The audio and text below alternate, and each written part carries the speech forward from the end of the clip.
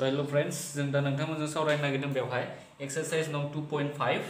दा बेवहाय 2.5 खौ सावरायनायनि सिगाङावनो बेवहाय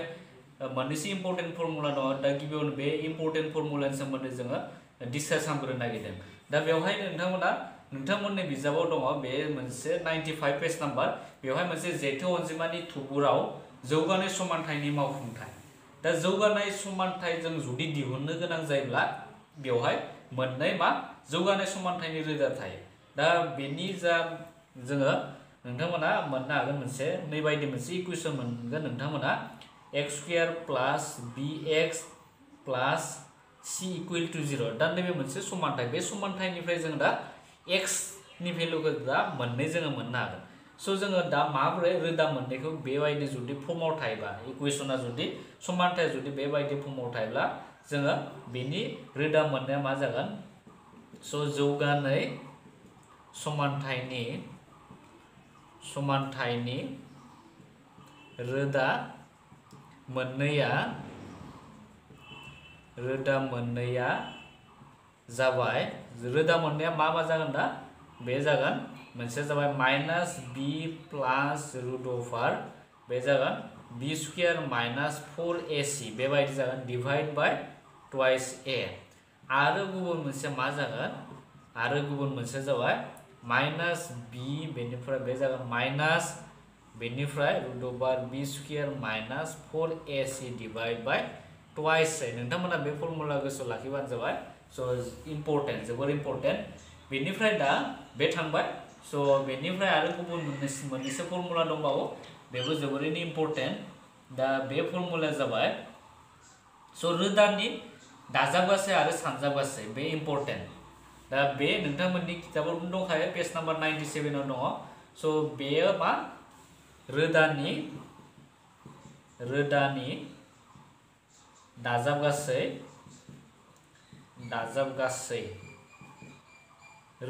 दाजाबगासै थामहिनबा नोंथांमोना बेवहाय मा लिरनो हायो मोननै रोदानि दाजाबगासैखौ जोङो माबायदि लिरनो हागोन रोदा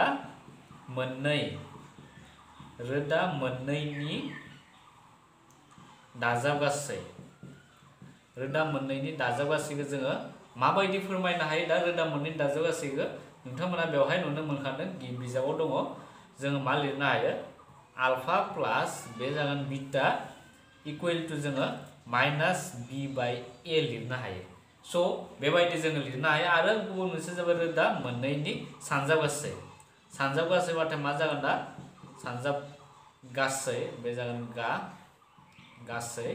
सानजाबगासै जाबाय अल्फा इनटू बीटा जाबाय बेनिफ्राय सायाव थागोन c बाय a दा बेबायदि थागोन सो नोंथांमोना बे माब्रै जाखो दा नैबे गोजौनि जा समानथाय मोनदों बेनिफ्रायनो जोङो बेखौ लिरनो हायो दा नोंथांमोना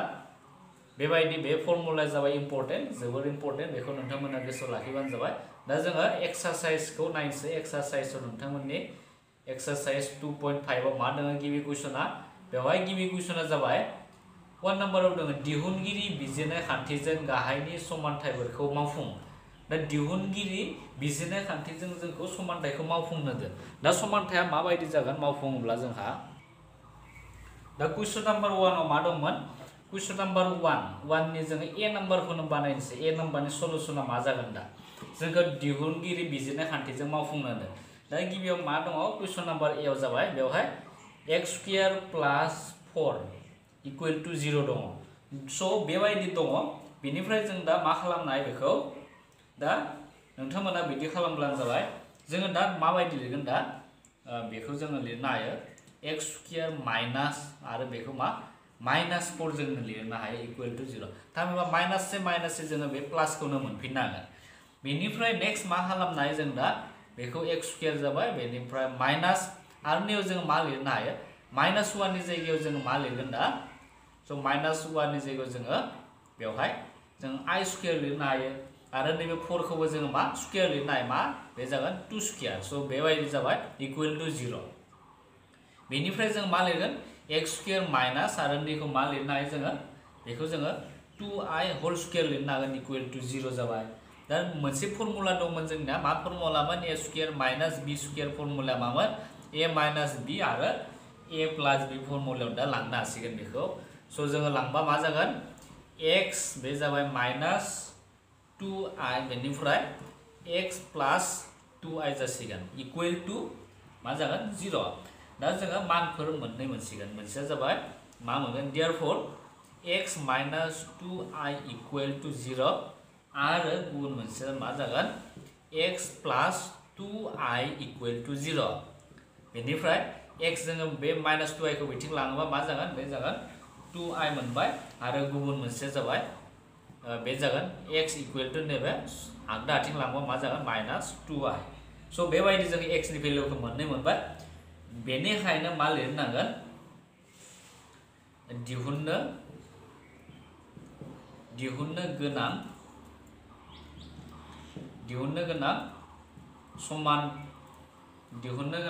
बेवहाय लिरबानो जाबाय दिहुननो गोनां मानफोरा जाबाय बेवहाय मानखौ लिरबानो जाबाय मानफोरा जाबाय दा बेवहाय लिरनो हायो जोङो बे 2i आरो मोनसे जाबाय माइनास 2i बेखौ लिरबानो जासिगोन दा बेनि जाबाय बेनि फिननायमोन बेनिफ्राय नेक्स्ट बी नाम्बाराबो बिदिनो खालामनांगौ स' बी नाम्बारखौबो नोंथांमोना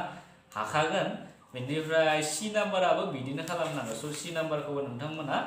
बेबायदिनो बानायब्लानो जाबाय जोबोर गोरलै ए बी सी आं ए खौ बानायबाय नोंथांमोना बी आरो सी खौ खालामनो नाजा बेनिफ्राय जों दा कुइसन नाम्बार 2 खौ नायनोसै कुइसन नाम्बार 2 आव मा सोंनाय दङ बेवहाय कुइसन नाम्बार 2 आव गाहायनि समानथायफोरनि रोदानि आखुथाय सावराय आरो मावफुं दिहुन स' रोदाफोरनि आखुथायखौ जोंखौ सावरायनो होदों सावरायनानै जोंखौ मा मावफुंथायखौ दिहुननो होदों दा बेखौ मा खालामनांगोन दा गिबियाव नोंथांमोना कुइसनाव मा दङ बेखौ लिरग्रोदो कुइसन नाम्बार 2 नि जोङो बेवहाय ए नाम्बारखौनो बानायनोसै स' ए नाम्बारनि सलुसना मा जागोन बेवहाय मा दङ बेयाव जाबाय 2x² minus 4x plus 3 equal to 0 दङ आरो नोंथांमोना बेखौ नोजोर लाखि नै फर्मुलाखौ गोसोआव लाखि नै मोनसे इकुवेशनखौ bx प्लास मा दंमोन c equal to 0 दा बेवहाय नोंथांमोना कम्पेयार खालामब्ला मा नुनो मोनदों दा नोंथांमोना नैबे इकुवेशन आरो बे समानथाय बे मोननै इकुवेशनखौबो जुदि रुजुना नायब्ला बेवहाय a नि जायगायाव मा दङ 2 दङ b नि जायगायाव मा दङ -4 दङ आरो c नि जायगायाव मा दङ 3 दङ स' जोङो मा लिरनो हायो दा बेवहाय therefore a equal to बेवहाय जोङो 2 लिरनो हागोन आरो b equal to जोङो -4 लिरनो हागोन बेनिफ्राय c equal to जोङो 3 लिरनो हागोन नोंथांमोना बेखौ कम्पेयार खालामनानै जोङो मोननो हायो स' नोंथांमोना बेखौ लिरनाबो लानो हागोन साइटिं लिरना लायोबा आरो लिराबाबो जोङो डाइरेक्टलि बेबायदि लिरबाबो कारेक्ट जागोन एन्सारा बेनिफ्राय जों दा मा खालामगोन दा स' जोंहा इकुवेशनाव मा दंमोन जोंहा बे रोदा मोननैखौ रोदानि आखुथायखौ जोंखौ दिहुननो होदों रोदा मोननैया मा जागोन बेखौ दिहुननो होदों बेनिफ्राय स' जोङो आखुथायखौ दिहुननोब्ला गिबियाव मा खालामनांगोन बेवहाय नोंथांमोना मोनसे लिरना ला बिदि गिबियाव स' बेनिफ्राय जोङो बेखौ माबायदि खालामगोन दा स' नोंथांमोना बेवहाय आखुथायखौ मोनथिनो थाखाय जों गिबियाव मा खालामग्रोनांगोन गिबियाव जोङो therefore b² minus 4ac खौ दिहुनग्रोनांगोन नोंथांमोना दा आखुथाय जुदि चेक खालामना नायनो गोनां जायोब्ला रोदानि आखुथाया माबायदि स' बेखौ नोंथांमोना गिबियाव चेक खालामग्रोदो दा बे भेलुफोरा मा जागोन दा भेलुआ जाबाय b² नि माना बेवहाय -4 दङ स' जोङो बेवहाय मा लिर -4 खौ लिरबाय स्क्वायर -4 इनटु a नि जायगायाव बे 2 दङ आरो c नि जायगायाव बे 3 बेनिफ्राय नैबे जासिगोन 16 माइनास बे जासिगोन बेसां बे जागोन 24 जागोन बेनिफ्राय जोङो मा मोननो हाखो स' बे जागोन -8 मोनबाय आरो बे -8आ दा मा मोनखो जोङो नैबे -8आ मानिख्रुइ 0 निख्रुइ फिसा जायो स' 0 निख्रुइ जुदि उन्दै जायोब्ला जोङो बेखौ मा रोदा नङै होनना बुङो रोदाफोरा गुबै नङा होनना बुंनाय जायो आरो 0 निख्रुइ जुदि गिदिर जायोब्ला जोङो बेखौ मा रोदाफोरा गुबै नंगौ होननानै जोङो लिरनो हागौमोन दा बेनि थाखायनो बेयो मा नोंथांमोना बेवहाय मा लिरनांगोन therefore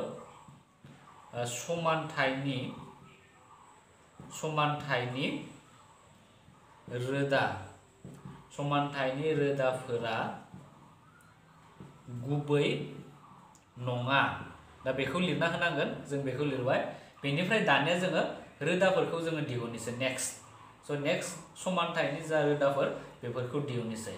बेनिफ्राय नोंथांमोना मा खालाम, दानिया बेखौ लिरनानै रोदाफोरा जादों। स' फर्मुलाया मामोन जोंहा? फर्मुलाया जाबाय बै दहाय आगोलाव लिरनाय x इक्वल टु मा? x इक्वल टु जोङो मा मोननो हादोंमोन? माइनास बी प्लास माइनासबो जों लिरनाय, मोनसे जाबाय प्लास मोनसे जाबाय माइनास। जोङो एक्सट्रा लिरदोंमोन दहाय सिगाङाव। स' एक्सट्राबो लिरनो हागोन, बिदिबो जोङो ज' लिरनानै खनसेयाव मा बानायनोबो हागोन। बेनिफ्राय माइनास 4ac डिवाइड बाय 2ac। जोङो बेवहाय नोंथांमोननो मा प्लासनि थाखाय थामहिनबा नोंथांमोननो बे माइनासखौ एक्सट्रा बे प्लासनि थाखाय एक्सट्रा आरो माइनासनि थाखाय एक्सट्रा लिरनो हादों। जायखिजाया जोङो बेवहाय जबो दिहुननानै होनो हायो आरो नोंथांमोननि एक्सट्रा बानायनोबो हायो। खिन्थु एक्सट्रा बानायबाबो जोंना एसे गोलाव जागोन, बेखायनो नोंथांमोना बे खनसेयाव दिहुनब्ला सर्टकाट जागोन, बानायनाय माने गुसुङै जागोन। बेनिफ्राय दा मानफोरखौ फज'दो। स' मानफोरखौ फज'योब्ला मा मोनगोन नोंथांमोना? बेवहाय दा मानखौ फज'दो, आं गोजौआव लिरना होनोसै। स' नैखौ एसे लिरजागोन बेवहाय। बेनिफ्राय नैबे मा जागोन? माइनास बी। बेवहाय मा दङ? माइनास, बे जागोन बीनि जायगायाव माइनास 4 प्लास माइनास रुट अभार बे जागोन माइनास 4 स्क्वायर माइनास 4 इंटू ए नि जायगायाव 2 इंटू सी नि जायगायाव 3 दङ। बेनिफ्राय 2 इंटू मा जागोन? ए जाबाय 2। दा बेबायदि जाबाय। बेनिफ्राय दा आं नैखौ खोमोनानै गोजौ लिरना होनोसै। दा बेनिफ्राय नेक्स्ट मा खालामगोन? स' नेक्स्ट नोंथांमोना बेखौ सल्व खालामबा मा मोनगोन? दा नैथिं x दङ, बेनिफ्राय बे जासिगोन प्लास 4 जागोन। स' माइनास ए प्लास जायो, प्लास माइनास, बेनिफ्राय बे जासिगोन, बेथ' 16 जागोन, 16 आरो नैबे बेसेबां जागोन? 4 जों 2 जों बे 8 जाबाय, 8 जों 3 जों बे जागोन माइनास 24। 2 जों 2 सानजाबा जोङो 4 मोननो हागोन। बेनिफ्राय नेक्स्ट मा खालाम? स' नेक्स्ट नोंथांमोना बिदि सल्व खालामलांबाय थाबानो ओंखारगोन। बेनिफ्राय नैबे जाबाय 4 प्लास माइनास, बे जासिगोन माइनास, जोङो बेखौ मोननो हायो 8 मोननो हागोन। माइनास 24 निफ्राय 16 थांबा 8, बेनिफ्राय 4, बेनिफ्राय आरो नेक्स्ट मा खालामनो हायो जों दा? 4 प्लास माइनास आरो बेवहाय नै जों कमप्लेक्स नाम्बाराव सावरायनाय बायदि बे मा जासिगोन? माइनास 1 दङ। स' माइनास 1 नि जायगायाव जोङो आइ स्क्वायर लिरनो हायो आरो बेवहाय जोङो मोनसे बेबायदि लिरनो हागोन 2 स्क्वायर आरो इनटु जोङो 2 खालामनो हागोन। स' 2 स्क्वायरनि ओंथिया जाबाय 4 इनटु 2 खालामबा जों 8 खौनो मोननो हायो आरो आइ स्क्वायरनि माना जाबाय माइनास 1। बेनिफ्राय 4 जों बेखौ मोनबाय। बेनिफ्राय 4 प्लास माइनास आरो बेवहाय मा खालामनो हायो जों दा? बेवहाय स्क्वायर दङ, बेवहायबो स्क्वायर दङ। स' बे आइ आरो 2 खौ जोङो बाहेरायाव लाना फैनो हायो, बेखायनो रुट अभारनि बाहेरायाव लाबाय, 2i जाबाय आरो सिङाव नैबे 2आ थाबावबाय। बेनिफ्राय 4, दा बेबायदि जाबाय। बेनिफ्राय आरो आं नैथिं खोमोननानै नोंथांमोननो लिरफिनना होनोसै। बेनिफ्राय जों बेसिमहालागै बुजिखाबाय। बेनिफ्राय नेक्स्ट मा खालाम? स' नेक्स्ट आरो बेवहाय नोंथांमोना मा 2 कमन लानो हागोन दा। स' 2 कमन लाबाय, बेवहाय 2 थाबाय, बेयाव मा थागोन? 2 थागोन प्लास माइनास, बेवहाय 2 खौ कमन लायोब्ला बेथ' मा थागोन? आइ थाबाय बेवहाय आइ, बेनिफ्राय रुट अभार 2 डिवाइड बाय बे जासिगोन 4। दा जोङो मा खालामनो हायो? जों दा बेखौ नैबेयाव सिङाव नोंथांमोना मा नुनो मोन्दों? 4 नुनो मोन्दों। जों बेखौ दाननो हाबाय 2, बेनिफ्राय मा थाखो? 2 प्लास minus I route over 2 divide by 2। दा बेखौ मोनबाय। बेनिफ्राय नोंथांमोना लिरनो नांगोन देयरफर दिहुननो गोनां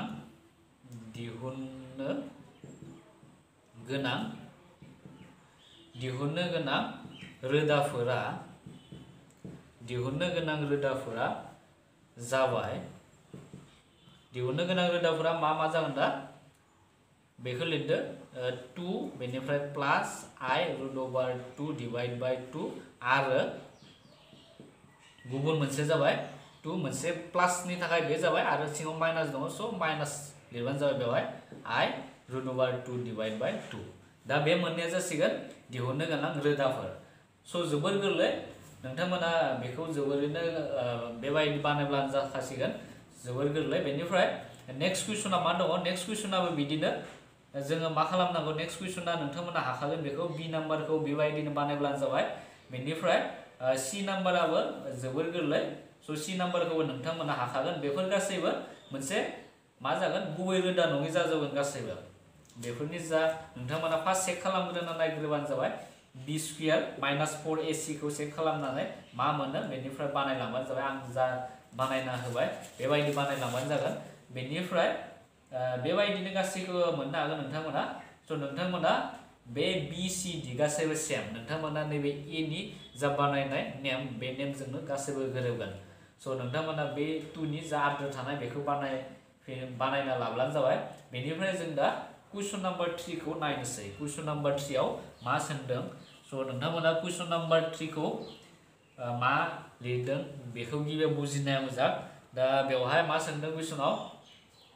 जिदु ax square plus 2bx plus c equal to 0 समानथायनि रोदा मोननाया सानलावरि अब्ला फोरमान खालाम दि ay square plus 2a plus b बेनिफ्राय ब्रेकेट दङ y plus a plus 2b plus c equal to 0 समानथायनि रोदा मोननायाबो सानलावरि जोंखौ मा बेखौ फोरमान खालामनो होदों स' जोङो बेखौ मा खालामगोन दा स' बेबो जोबोर गोरलै नोंथांमोना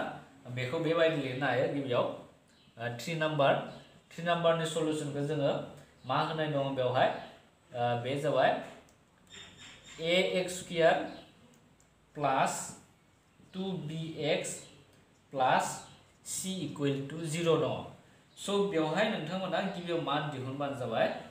स' गिबियाव नोंथांमोना बेखौ लिरगोना लादो बेवहाय जोङो मा लिरगोन दा बेखौ दिहुनग्रोदो गिबियाव बे जागोन दहाय आगोलाव लिरनाय बायदि जोङो लिरनांगोन स' बेनिफ्राय नोंथांमोना मा खालाम जोङो बेखौथ' लिरखाबाय बेनिफ्राय जोङो लिरगोन दा therefore d1 जोङो d1 हमबाय जोङो माखौ d1 हमखो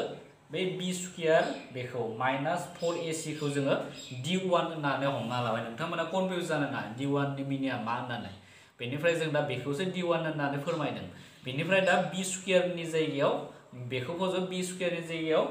मा दङ बेवहाय नैबे 2b आ जाबाय b स्क्वायर स' बेवहाय मा लिरगोन जोङो बे 2b स्क्वायर खौ लिरबाय माइनास 4 इनटू a नि जायगायावथ' जेबो गैखाया बे a आनो दङ बेनिफ्राय c नि जायगायाव बे c आनो दङ बेनिफ्राय बे मा जासिगोन 4b स्क्वायर माइनास 4ac बेनिफ्राय जोङो 4 खौ कमन लानो हायो b स्क्वायर माइनास ac जाबाय दा बेवहाय मा लिरनांगोन सिन्स मा दङ बेवहाय मा रोदाया सानलावरि होनना बुंदों स' बेनिखायनो जोङो मा लिरनो हायो रोदाफोरा सिन्स रोदाफोरा मा सानलावरि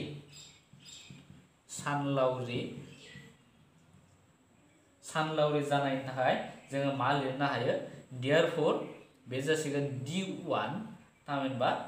d1 आ मा जासिगोन 0 निख्रुइ उन्दै जागोन सानलावरिबाथाय बेबायदि जायो 0 निख्रुइ उन्दै जागोन आरो जों मा फोरमायनो हायो that is होनानै आरो नैबे d1 माने मा बेनो जों बेखौ लिरफिननो हायो b स्क्वायर माइनास ac आ मानि 0 निख्रुइ उन्दै होननानै जोङो दिन्थिनो हायो आरो बेखौ जों मा मोनसे इक्वेशन होनो हायो 1 नाम्बार इक्वेशनखौनो होबाय दा बेखौथ' नोंथांमोना बुजिखाबाय बेनिफ्राय नेक्स्ट मा दङ नेक्स्ट बेवहाय आरो गुबुन मोनसे समानथाय होनाय दङ बे समानथायनि थाखाय जोङो मा लिरनो हागोन दा बेवहाय आरोबाव लिरबावनो हायो जोङो आरोबाव बेवहाय समानथाया जाबाय ay स्क्वायर बेनिफ्राय प्लस 2a प्लस by बेनिफ्राय मा दङ plus a plus 2b plus c बेबायदि दङ इक्वल टू 0 दङ स' बेवहाय बेनिफ्राय मा लिर therefore जों बेखौ मा d2 लानोसै जोङो नैखौ माने b स्क्वायर आरो 4ac खौ जों बेवहाय d2 लानानै खालामनोसै दा बेनिफ्राय मा खालामनाय मानफोरखौ फज'लाय स' बेवहाय b नि माना जाबाय 2a प्लस b बेखौ फज'नांगोन बेनिफ्राय जोङो मा खालामनो हायो दा बे जासिगोन एसे गोलाव जागोन बे जागोन 2 बेनिफ्राय बेवहाय दङ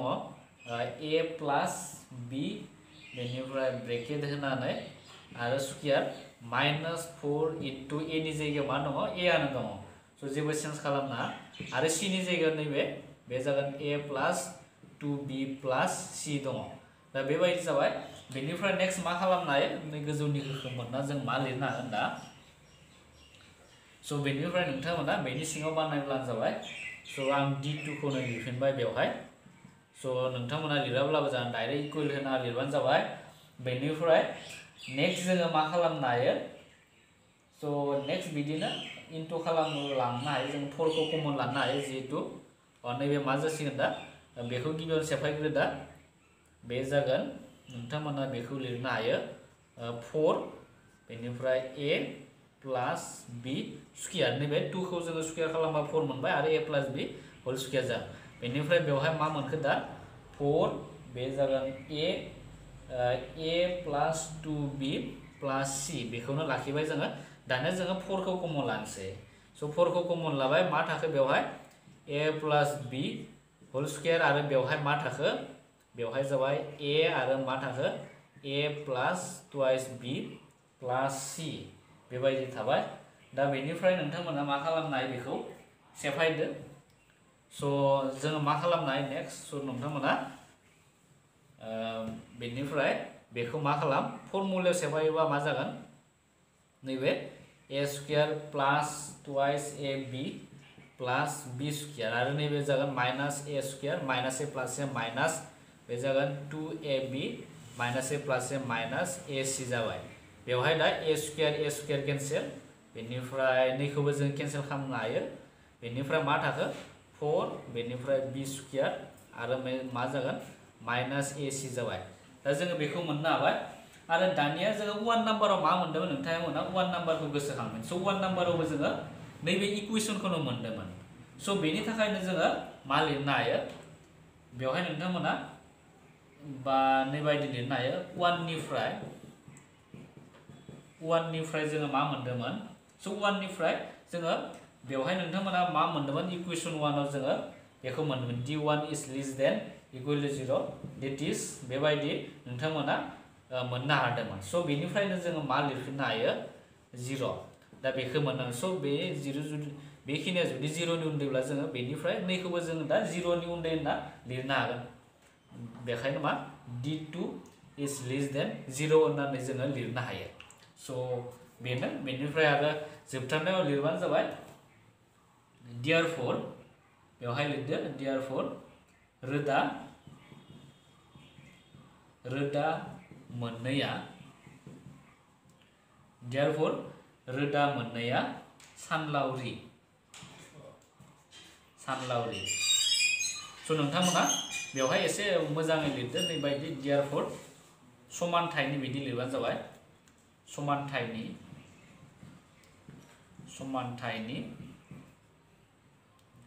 रोदा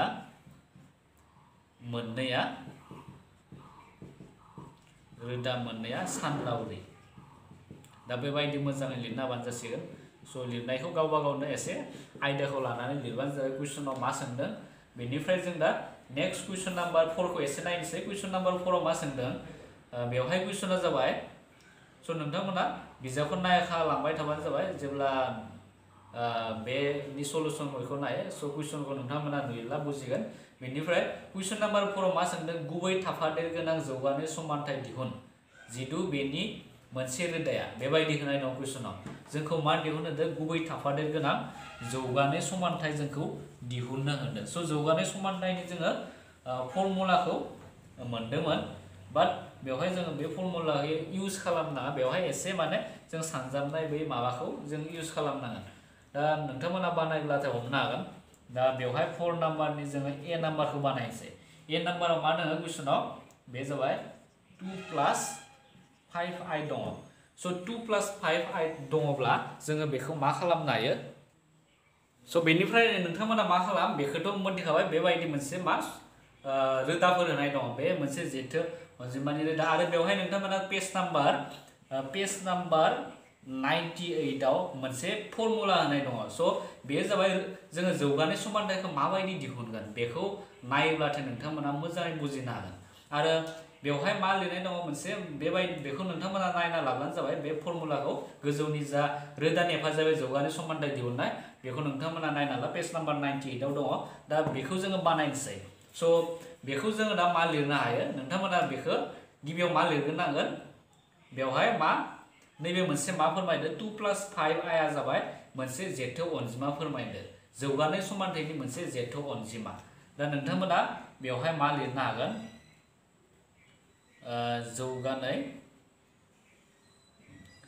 जौगानाय समानथायनि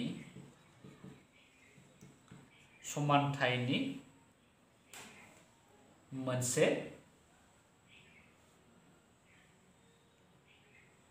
गोजौनि रोदाया स' एसे माने लिरनाय स्टाइलखौ मोजाङै लिरबा नोंथांमोननि थाखाय मोजां स' नोंथांमोना बेबायदि लिरबानो जाबाय गोजौनि रोदाया बेबायदि जौगानाय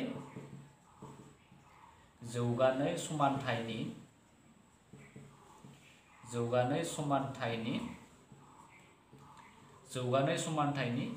मोनसे रोदा जेथो अनजिमा दा बेबायदि लिरनो हागोन नैबे मोनसे मा जा नोंथांमोना बेवहाय मोनसे रोदा नुनो मोनदों बे जाबाय मोनसे जेथो अनजिमा रोदा जेथो अनजिमा बुंनो हायो आरो बेखायनो जोङो मा लिरनो हायो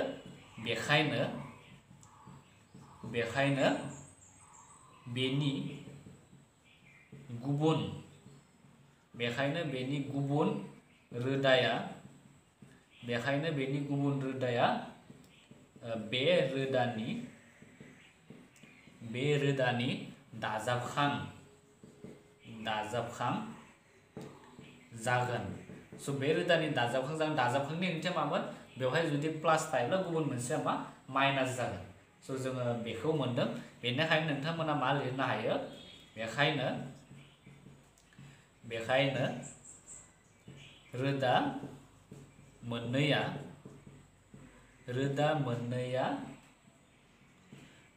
मोननैया जादों स' रोदा मोननैफोरा मा जागोन मोनसे जाबाय 2 प्लास बे जागोन 5i आरो बे जागोन गुबुन मोनसे जाबाय 2 माइनास 5i दा बेवहाय प्लास थायोबा नोंथांमोना गुबुन मोनसे रोदाखौ लिरनो हायो माइनास होनानै दा बेखौ जोङो मोनबाय बेनिफ्राय दा जोङो मा दिहुननांगोन रोदा मोननैनि दाजाब गासैखौ जोङो दिहुननांगोन नोंथांमोना बे पेज नाम्बारनि नोंथांमोननि जा बिजाबाव दङ बिजाबनि बे पेज नाम्बाराव होनाय 98 आव थानाय गोजौनि फर्मुलाखौ लानाय इउज खालामबानो जाबाय दा गिबियाव जोङो रोदा मोननैनि दाजाब गासैखौ दिहुनग्रोनांगोन रोदा मोननैनि दाजाब गासै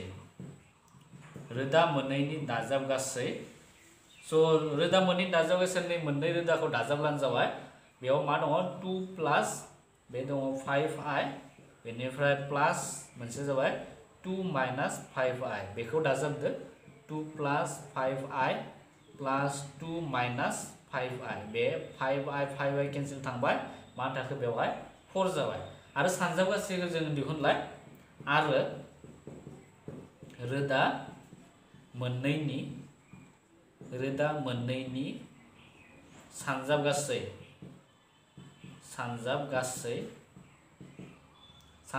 मा जागोन दा सानजाब गासै बे रोदा मोननैखौ सानजाबदो 2 प्लास 5i बेनिफ्राय इनटु बे जासिगोन 2 माइनास 5i बेयाव सानजाबनोथ' नोंथांमोना हाखागोन बेखौ बे जासिगोन 2 जों 2 सानजाबबा स' जोङो डाइरेक्टलि सानजाबा माखासेनो जोङो फर्मुला दङ ना बेबायदि स' जोङो बेबायदि लिरनो हायो स्कुयार बे जासिगोन 4 बे जासिगोन माइनास 25i स्कुयार आरो बेखौ जों i स्कुयारनि जायगायाव मा लिरनो हायो माइनास 1 लिरबा जोङो प्लास 25 मोनबाय बेनिफ्राय जोङो मा लिरनो हायो दा बेनिफ्राय जोङो लिरनो हागोन बेखौ 4 प्लास 25 खालामबा मा मोननो हागोन स' बे जासिगोन 29 जोङो मोननो हागोन जोबथारनायाव बेनिफ्राय दा आं नै गोजौनिखौ खोमोनानै नोंथांमोननो मा लिरगोन दा नोंथांमोना गोजौनिखौ खोमोनानै बेबायदि लिरना लाब्लानो जाबाय बेनिफ्राय therefore दिहुननो गोनां जौगानाय समानथाया जागोन मा जागोन दा x स्कुयार माइनास बे जागोन रोदा मोननैनि रोदा मोननैनि बेवहाय थागोन रोदा मोननैनि दाजाब गासै रोदा मोननैनि दाजाब गासै बेखौ ब्रेकेटाव दोनोब्ला मोजां जायो बेनिफ्राय x थागोन बेनिफ्राय प्लास रोदा मोननैनि सानजाब गासै आं बे सिंथिं लिरबाय सानजाब गासै स' नोंथांमोना आखरफोरखौ हांखोखौ सिनाय मोनदोंना मोनाखै बेनिफ्राय 0 बेवहाय जोबथारनायाव मा 0 होनो नांगोन बेनिफ्राय दा मानफोरखौ फज'दो दा जों मा मान मोनदोंमोन बेवहाय जाबाय नैबे जासिगोन मा x स्क्वायर बेनिफ्राय जों दाजाब गासैखौ जोङो बेसेबां मोनदोंमोन दाजाब गासैखौ जोङो 4 मोनदोंमोन स' 4 आरो बेवहाय मा दङ x दङ बेनिफ्राय बे जासिगोन प्लास जोङो बे प्लास सिनखौ लिरनांगोन बेनिफ्राय आरो मा दङ बेवहाय आरो दङ रोदा मोननै सानजाब गासैखौ जोङो मा मोनदोंमोन सानजाब गासैखौ जोङो 29 मोनदोंमोन 29 होबाय इकुवेल टु 0 दा दिहुननो गोनां जा समानथाय जौगानाय समानथाय जागोन नैबे जासिगोन x स्क्वायर माइनास 4x प्लास 29 इकुवेल टु 0 बेनिफ्राय थिग बिदिनो बी नाम्बाराबो सेम बेनिफ्राय सी नाम्बारखौबो नोंथांमोना हाखागोन सी नाम्बाराबो जोबोर गोरलै बेनिफ्राय गुबुनफोरा जाबाय सी नाम्बारखौ एसे माने डिफारेन्स माबा बानायनांगोन स' आं सी नाम्बारखौ बानायनानै होनोसै स' सी नाम्बाराव मा दङ कुइसना सी नाम्बारखौ बानायनानै होनोसै नोंथांमोननो स' बेवहाय बी नाम्बारखौ नोंथांमोना ट्राइ खालाम बेनिफ्राय 4 नि सी नाम्बारा मा दङ बेवहाय सी नाम्बारनि सलुसना मा जागोन दा बेवहाय मा होनाय दङ -1 माइनास I रुट ओभार 3/2 दा बेबायदि होनाय दंमोन स' बेखौ गिबियावनो मा खालामग्रोनांगोन बेनि रोदा मोननाया मा जागोन स' डाइरेक्टलि जों आखरफोरखौ थामहिनबा सेन्टेन्सफोरखौ लिरालाबानो जों डाइरेक्टलि लिरखानोसै बेवहाय मा जागोन गोजौनि बा रोदा मोननैया नोंथांमोना गोजौनि बाथ्राखौ एसे आं लिरनाय बायदि बानायना लिरोब्ला मोजां आं डाइरेक्ट सर्टकाटाव लिरबाय रोदा मोननैया जाबाय बेबायदि जागोन -1 माइनास I रुट ओभार 3/2 आरो गुबुन मोनसे जाबाय आरो बे जासिगोन -1 प्लास बे जागोन I रुट ओभार 3/2 स' मोनसे माइनास जाबाथाय मोनसे प्लास जागोन स' आरो नोंथांमोना बे सिगाङाव जा लिरना दिन्थिनाय आङो बेखौ नोंथांमोना लिरब्लानो जाबाय बेनिफ्राय बेखौ मोनबाय बेनिफ्राय जों दा मा खालामगोन दानिया दाजाब गासैखौ दिहुनब्लानो जाबाय स' नोंथांमोना बेवहाय मा लिर देयरफर रोदा मोननैनि दाजाब गासै स' दाजाब गासैखौ गिबियाव दिहुनग्रोदो दाजाब गासैया मा जागोन दाजाब गासैखौ बे मोननैखौ दाजाबना होदो -1 माइनास I रुट ओभार 3/2 बेखौ ब्रेकेटाव लाखिबाय बेनिफ्राय नैखौबो मा -1 प्लास I रुट ओभार 3/2 दा बेबायदि जाबाय बेनिफ्राय जोङो ब्रेकेटखौ सेफायोब्ला मा मोननो हागोन ब्रेकेटखौ सेफायदो -1 माइनास I बे जागोन रुट ओभार 3/2 आरो बेवहाय जोङो प्लास -1 प्लास I रुट ओभार 3/2 जों एलसिएम लायोबा मा लानो हायो 2 बे जागोन -1 माइनास I रुट ओभार 3 बे प्लास से माइनास -1 प्लास प्लास बे जागोन I रुट ओभार 3 दा बेजों बे केन्सेल थांबाय -1 बे जासिगोन बेसेबां बेखौ जोङो -2 लिरनो हायो -2/2 स' बे जासिगोन जोङो मोननो हाबाय 1 मोननो हाबाय -1 रोदा मोननै दाजाब गासै बेसेबां -1 जों मोनबाय बेनिफ्राय नेक्स्ट जोङो रोदा मोननायनि सानजाब गासैखौ दिहुनलाय रोदा मोननै सानजाब गासैया स' नैयाव मा लिर सानजाब गासै जोङो सानजाब गासैखौ बानायनोसै स' सानजाब गासैयाबो बिदिनो सेम बेवहाय सानजाब गासै लिरबानो जाबाय आरो नैयाव नोंथांमोना आरो लिरनो हायो बेवहाय सानजाब होदो बेनिफ्राय सानजाबनायखौथ' नोंथांमोना मिथिगौ सिंनिजों सिंनि सानजाबनांगौ आरो सानैजों सानै सानजाबनांगौ सिंनिजों सिंनि सानजाबला मा जागोन बे जाबाय 2 आरो सानैखौ जुदि सानजाबला मा मोनगोन बे जागोन -1 स्क्वायर जोङो लिरनो हायो बेनिफ्राय माइनास जोङो मा लिरनो हागोन I root over 3 whole square बेबायदि लिरनो हागोन नैबे 4 सो जागोन 2 जों 2 सानजाबा 4 बेनिफ्राय बे जाबाय 4 बे जासिगोन 1 बेनिफ्राय माइनास बे जागोन I स्क्वायर आरो 3 जागोन स' नैबे बेवहाय √3 दङ स' बे नै रुटजों स्कुवेर जों दाननाय थागोन बे जाबाय बेनिफ्राय आरो नेक्स्ट मा लिरनो हायो 4 1 i स्कुवेर नि माना जाबाय -1 बेखायनो प्लास जोङो 3 लिरनो हागोन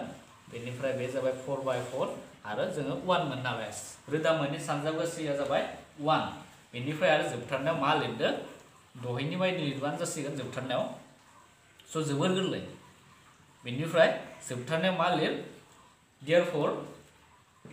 दिहुननो आं डाइरेक्ट सर्टकाटाव लिरबाय दिहुननो गोनां जौगानाय समानथाया जागोन नोंथांमोना बेखौ एग्जामफोराव फुल सेन्टेन्स लिरबानो जायो फुल बाथ्राखौ सर्टकाटाव लिरनो नाङा बेनिफ्राय मा जागोन x² माइनास रोदा आरो फर्मुला नैबे जाबाय फर्मुला सिंनिया बेखौ गोसोआव लाखि रोदा मोननैनि